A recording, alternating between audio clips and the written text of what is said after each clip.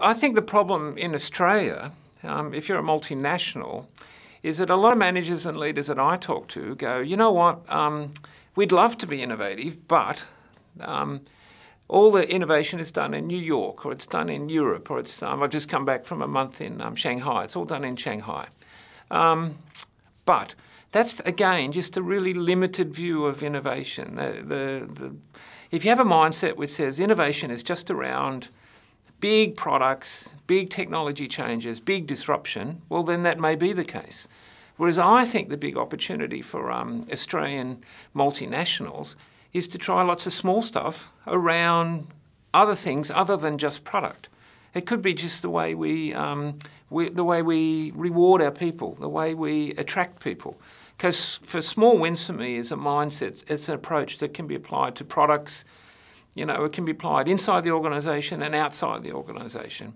In Adidas, for example, in Shanghai, I was just there recently, and they have a situation where every 5th Friday of a month, and there's 3 or 4 of them in a year, everyone, all staff, gets a half a day off on a Friday.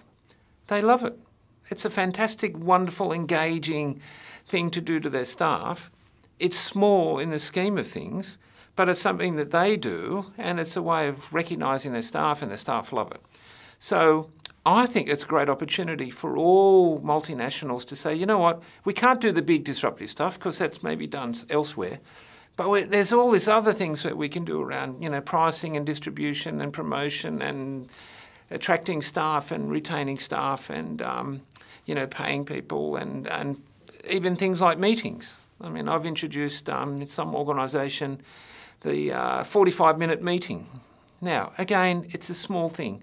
But if you're a manager and leader and you spend most of your time in meetings, and meetings are always an hour, why? Because they always are.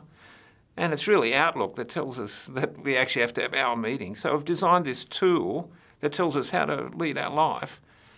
Whereas actually if you go, I introduced it in one organisation, the 45-minute meeting, which saved them 25% of their time.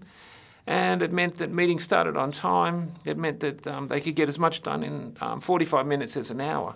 Again, a small change, but something, if it works, you could then roll out to the rest of the division, the rest of the organisation, and around the world.